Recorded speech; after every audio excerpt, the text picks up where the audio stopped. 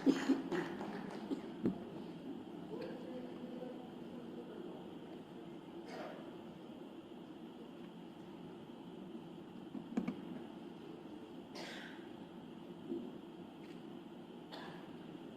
Of India sports award के इस छठे संस्करण के आज के इस आयोजन में उपस्थित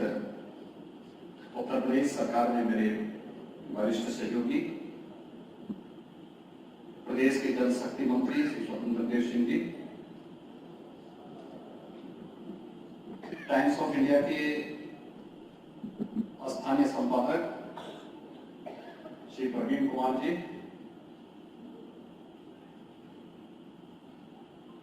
श्री पुनीत गुप्ता जी, आदिल सुंदरीवाला जी, महेश भूपति जी, प्रदेश शासन के हमारे सभी वरिष्ठ अधिकारीगण और देश की जानी मानी हमारी खेल जगत की सभी विभूतियां यहाँ पे, प्रमुख विभूतियां यहाँ मौजूद हैं। मैं इस अवसर पर सबसे पहले टाइम्स ऑफ इंडिया समूह को इस आयोजन को उत्तर प्रदेश में करने के लिए हृदय से धन्यवाद देता हूं और खेल जगत से जुड़ी हुई इन सभी विभूतियों का, जिनमें पीटी उषा जी भी हैं, कर्णा मल्लेश्वरी जी हैं, साइना नेहवाल भी हैं, मोहम्मद शमी को भी हम लोगों ने यहाँ पे सम्मानित किया है, वे भी हैं, अंजू बॉबी भी हैं, मुजफ्फर इकबाल भी हैं, मेरी कौम भी हैं, जो विश्वदत्त भी हैं। इन सभी का मैं जितनी भी खेल गोष्ठियां हैं उन सभी का मैं हृदय से प्रदेश शासन की ओर से स्वागत करता हूं, उनका अभिनंदन करता हूं। मैं टाइम्स ऑफ इंडिया परिवार को इस बात के लिए भी धन्यवाद देता हूं कि उन्होंने उत्तर प्रदेश को change maker of the year award से भी इस वर्ष के लिए चुना है। हम सब जानते हैं पिछले 10 वर्ष के अंदर प्रदेश के अंदर, देश के अंदर एक नई खेल संस्कृति का उदय हुआ है। आदरणीय प्रधानमंत्री श्री नरेंद्र मोदी जी के नेतृत्व में खेलो इंडिया खेलो का जो अभियान प्रारंभ हुआ, फिट इंडिया मूवमेंट से लेकर के सांसद खेलकूद प्रतियोगिता देश के सभी संसदीय क्षेत्रों में होने के साथ ही खेलो इंडिया सेंटर आज प्रदेश देश के हर जनपद में स्थापित हो रहे हैं। एक नई खेल संस्कृति देश के अंदर बनी है, पनपी है और प्रधानमंत्री मोदी जी के इसी विजन को जमीनी धरातल पर उतारने के लिए प्रदेश सरकार ने भी प्रदेश के अंदर एक सुखद वातावरण बने, क्योंकि खेल अब यह समय काटने का माध्यम नहीं बल्कि अपने राज्य का, अपने देश की स्ट्रेंथ को दुनिया के सामने प्रस्तुत करने का भी,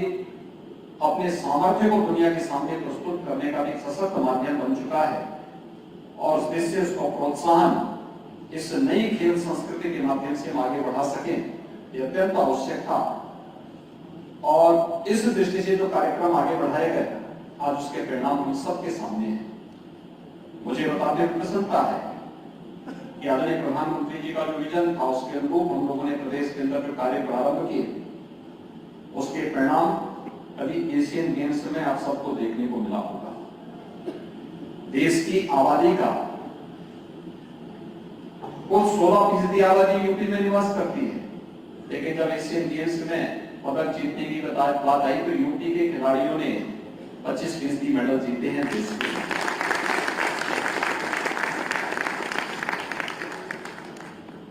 पहले यूपी की आबादी ज्यादा थी, मेडल कम आते थे। आज आबादी कम है, मेडल ज्यादा आ रहे हैं। लेकिन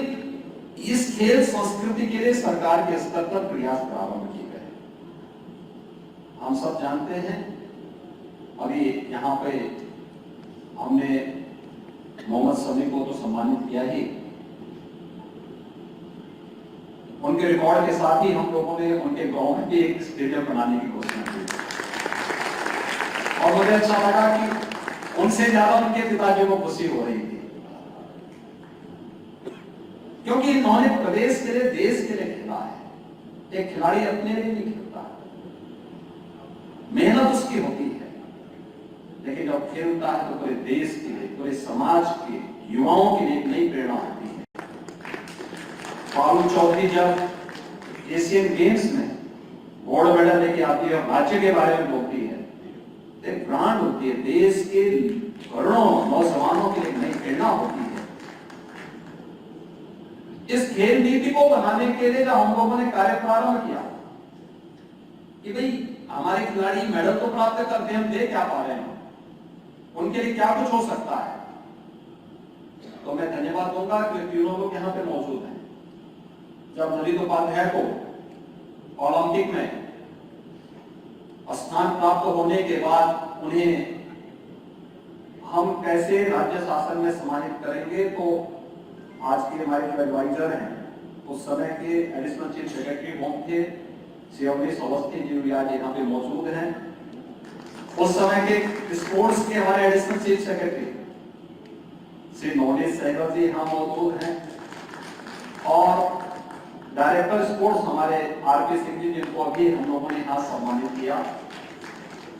इन लोगों ने बहुत अच्छी खेल नीति तैयार की और उस नीति के तहत ऐसे खिलाड़ियों को हम प्रदेश शासन में स्थान दे सके। और मुझे प्रसन्नता है कि ओलंपिक हो या फिर एशियन गेम्स में प्रदेश के खिलाड़ियों को हम लोगों ने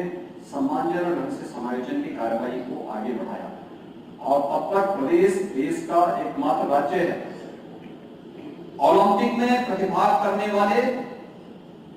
देश के लिए मेडल जीतने वाले, न केवल राज्य के बल्कि देश के हर खिलाड़ी को हम लोगों ने लखनऊ में और पैरालंपिक को मेरठ में बुला करके सम्मानित किया था। नगद राशि प्रदेश शासन की तरफ से उपलब्ध करवाया।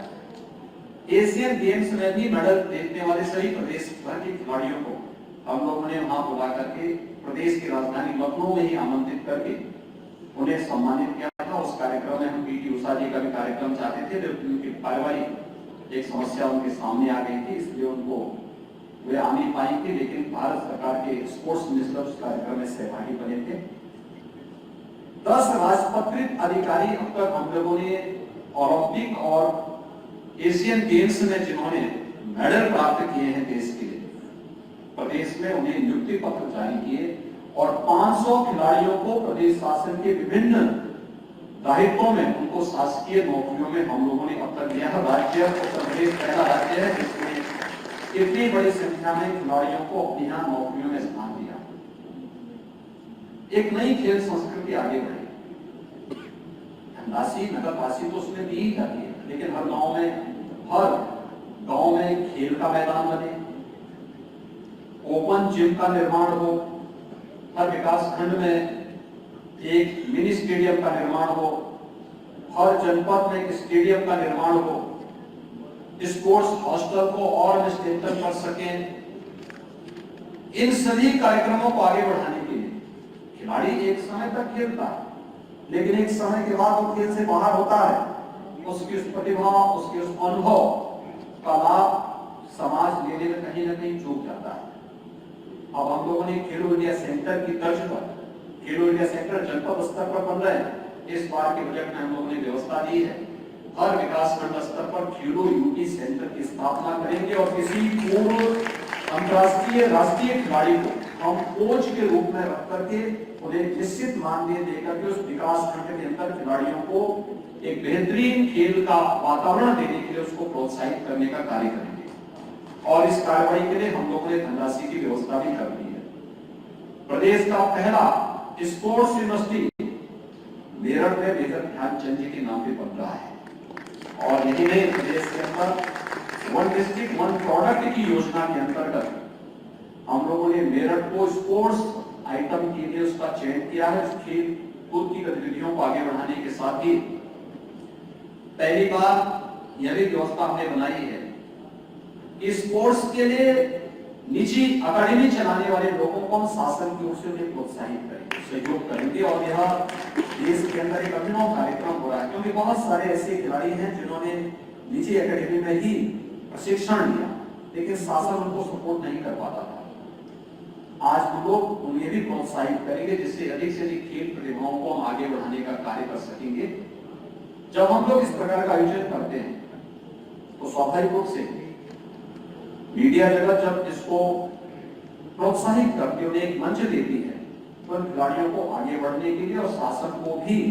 उनके सुझावों को प्राप्त करने में मदद मिलती है। और मुझे प्रसन्नता है, मैं भी वाराणसी से सीधे आ रहा हूँ, लेकिन मुझे जब पता लगा कि टाइम्स ऑफ इंडिया के द्वारा इस प्रकार का आयोजन यहाँ पर किया गया है, तो मैंने अपनी सहमति दी कि मैंने कहा मैं जरूर आऊंगा, क्योंकि प्रदेश की राजधानी में देश की खेल प्रतिभाएं और खेल जगत से जुड़ी हुई विभूतियां आएंगी, तो प्रत्यक्ष या अप्रत्यक्ष रूप से मैं उनके स्वागत के लिए वहां खड़ा रहूंगा। और मैं इसीलिए आज यहाँ पर आया हूँ, मैंने यहाँ सम्मानित किया गया है उन सभी खिलाड़ियों को जिन्हें टाइम्स ऑफ इंडिया आज यहाँ पर अपने स्पोर्ट्स इवेंट के माध्यम से उन्हें सम्मानित कर रहा है। उन सबको मैं हृदय से बधाई देता हूँ, उनका अभिनंदन करता हूँ और उन्हें इस बात के लिए आश्वस्त करता हूँ कि खेल और खेल से संबंधित किसी भी अन्य कार्यक्रम के लिए उत्तर प्रदेश आदरणीय प्रधानमंत्री जी की प्रेरणा से वह सब कुछ करेगा जो उनकी समाज की और देश की आवश्यकता होगी और हमारी युवा प्रतिभा को आगे बढ़ने का अवसर प्राप्त होगा। आज के इस कार्यक्रम के लिए टाइम्स ऑफ इंडिया समूह को एक बार फिर से हृदय से धन्यवाद देते हुए आप सबके प्रति मैं अपनी शुभकामनाएं देता हूं। धन्यवाद, जय हिंद।